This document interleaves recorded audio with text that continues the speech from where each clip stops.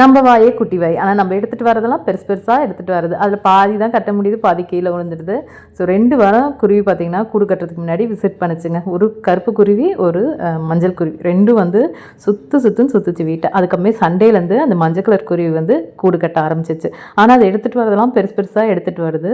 எடுத்துகிட்டு வந்து பாதி கட்டிட்டு பாதி கீழே தான் விழுகுது.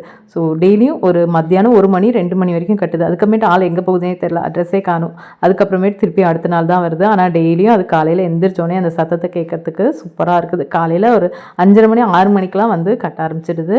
ஸோ இப்போ எல்லாத்துக்குமே வீட்டில் கொஞ்சம் உடம்பு பரவாயில்ல. ஆனால் எல்லாத்துக்கும் நல்லா காரசாரமாக சாப்பிடணும் போல் இருக்குது. ஸோ அதனால் வெஜிடபிள் பிரியாணி தான் பண்ணியிருந்தேன். அதுக்கு வந்து கடைசியாக கொஞ்சமாக அந்த ப்ரெட்டை வந்து நெய்யில் வந்து நல்லா ஃப்ரை பண்ணி போட்டால் சூப்பராக இருக்கும்னு சொல்லிட்டு செஞ்சுருந்தேன். குருணை அரிசியில் தான் இன்றைக்கி பண்ணியிருந்தேன். செம்ம டேஸ்ட்டாக இருந்துச்சு. தொட்டுக்கிறதுக்கு இது வரைக்கும் கத்திரிக்காய் நான் ட்ரை பண்ணதில்லை. இதான் ஃபர்ஸ்ட் டைம் கத்திரிக்காய் ட்ரை பண்ணியிருந்தேன். அதுவும் நல்லா தான் வந்துருந்துச்சு.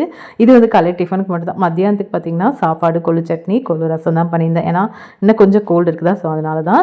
ஊற வச்ச வெந்தயத்தை என்ன பண்ணுறேன்னு சொல்லியிருந்தால, ஸோ அது வந்து பார்த்திங்கன்னா இந்த மாதிரி தொட்டியில் போட்டு வச்சுருக்கேன். அது நல்லா இப்போ முளைச்சி வந்திருக்குது. நெக்ஸ்ட் மினி வ்ளாகில் பார்க்கலாம்.